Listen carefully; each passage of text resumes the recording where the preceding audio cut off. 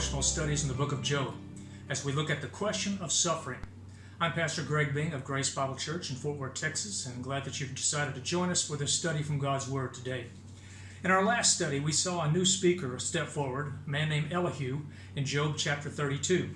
He was a young man who had heard the debate between Job and his three friends. Believing that age and experience brought wisdom, he allowed these men who were much older than him to speak first because he believed that they would teach wisdom. But after Job's final response to Bildad, which we read in Job chapter 31, the three friends fell silent. They did not respond to Job's final statement because they believed that he justified himself in his own eyes, that he was self-righteous. So with this lull in the conversation, Elihu's passion, his anger, was aroused at Job because he justified himself rather than letting God justify him, and at the three friends because they found no answer for Job's situation of why he was going through these sufferings, and yet they condemned Job as guilty of sin. Elihu realized that great and aged men were not always wise and did not always understand what true justice was. But he also said this. He said, man's spirit can be taught and given understanding by God and God's Spirit.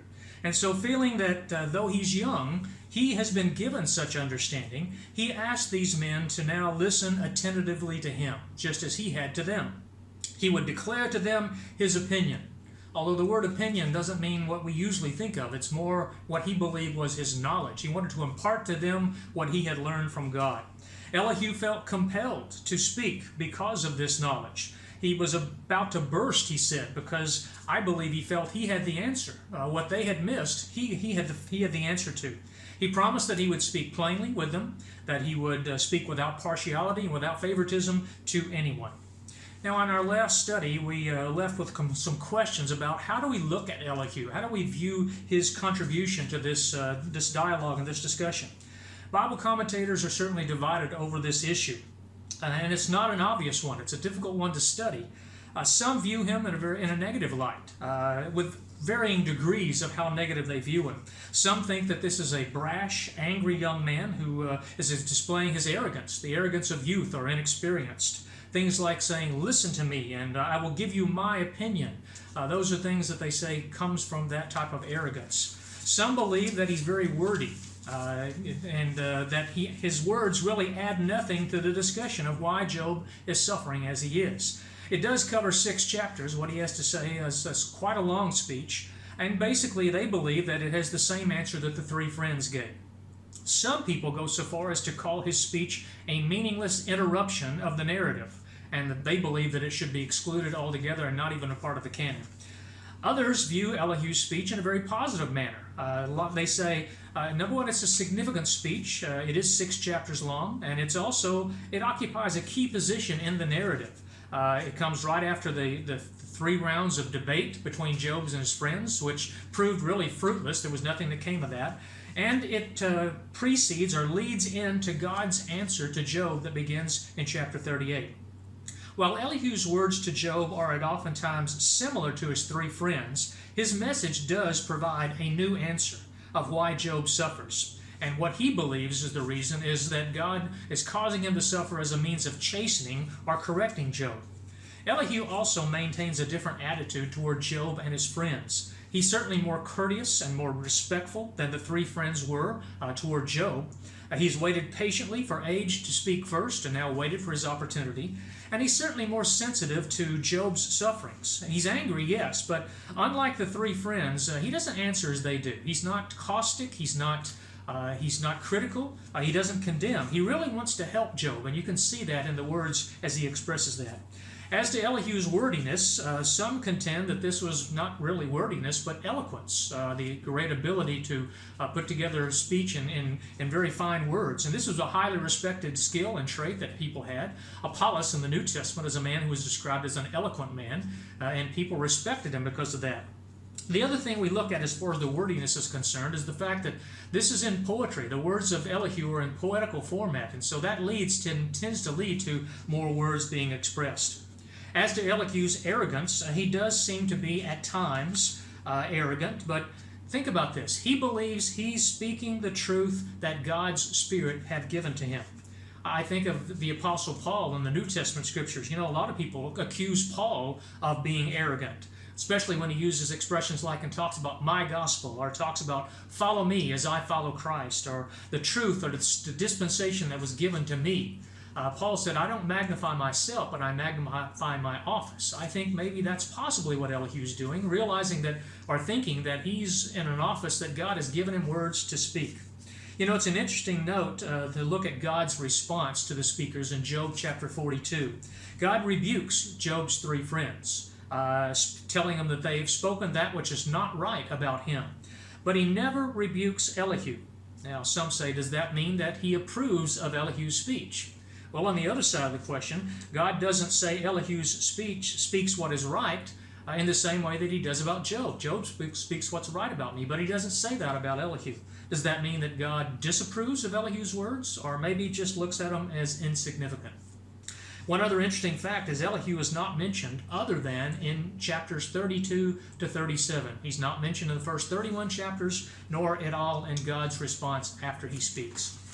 Today we're going to move on to Elihu's speech in Job chapter 33, which is addressed to Job. It's a significant speech, and so we're going to slow down a little bit in these studies, go a little slower to try to carefully consider what he says.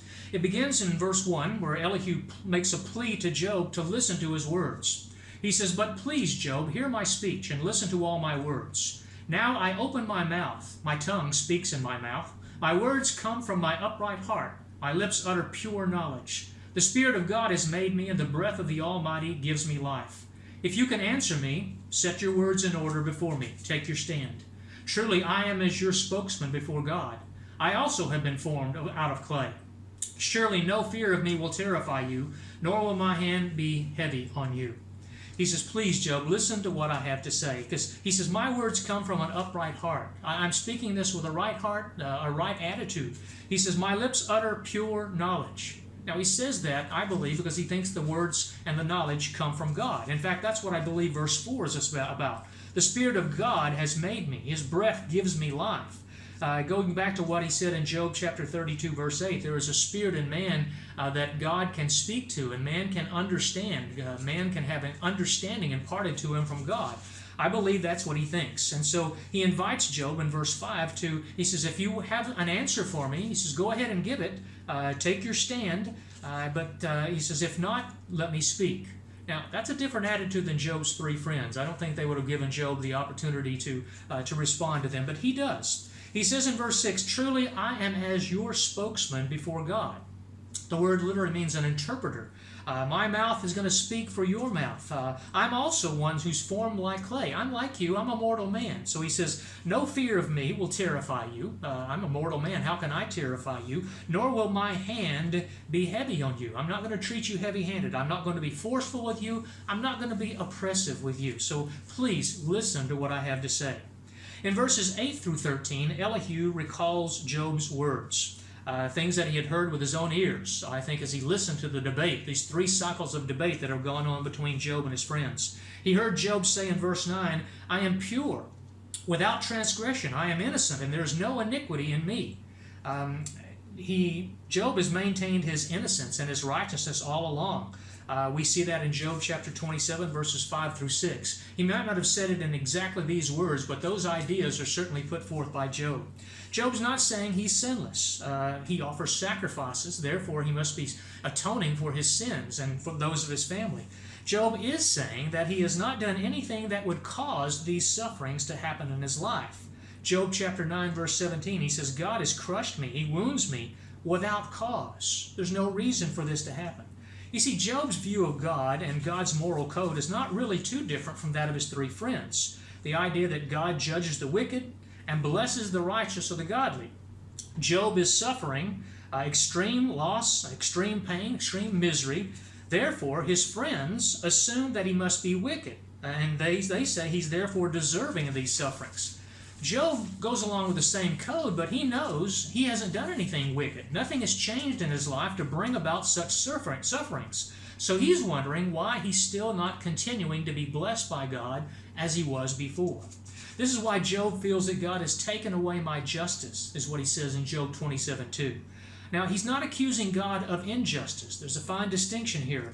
The fact that he is suffering like a wicked person when he justly deserves continued blessing. That's what he's saying. I deserve to continue to be blessed because I've continued to live a godly life. Job cries out to God, why? What is the sin that I have committed that's deserving of these sufferings? In verse 10, Elihu points out what Job said. He says, "Yet he finds occasion against me," Job says. "He counts me as his enemy." Job had said that almost the same thing. He'd mentioned it numerous times, but Job 13:24 says that he counts me like an enemy. He treats me like I'm one who is wicked and set against him. Verse 11, he says, "He puts my feet into stocks. He watches all my paths." That's almost a direct quote from what Job said in Job 13:27. Verse 12, Elihu contends this. "Look," he says, "in this and what you have said and the things that I've quoted that you said, you are not righteous. I will answer you, for God is greater than man." He says, what you've said is not righteous. Now, he's not implying that Job has sinned, and therefore that's the reason why he's suffering. That's what the three friends have said. He said Job's response to his sufferings is what Elihu says is not right. What he has said to God in response to his sufferings, he says, that's not right. He says in verse 13, "Why do you contend? Why do you complain and argue with God? God is greater than man." Now that's Elihu's main argument.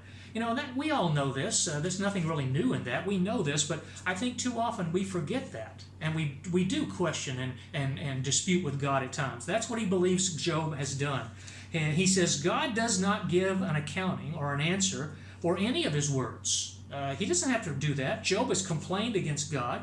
Job has requested to find God, to present his case, and hear God's response about why he's suffering. Job 23, verses 2 through 7. But God has remained silent. In verse 14, we read this.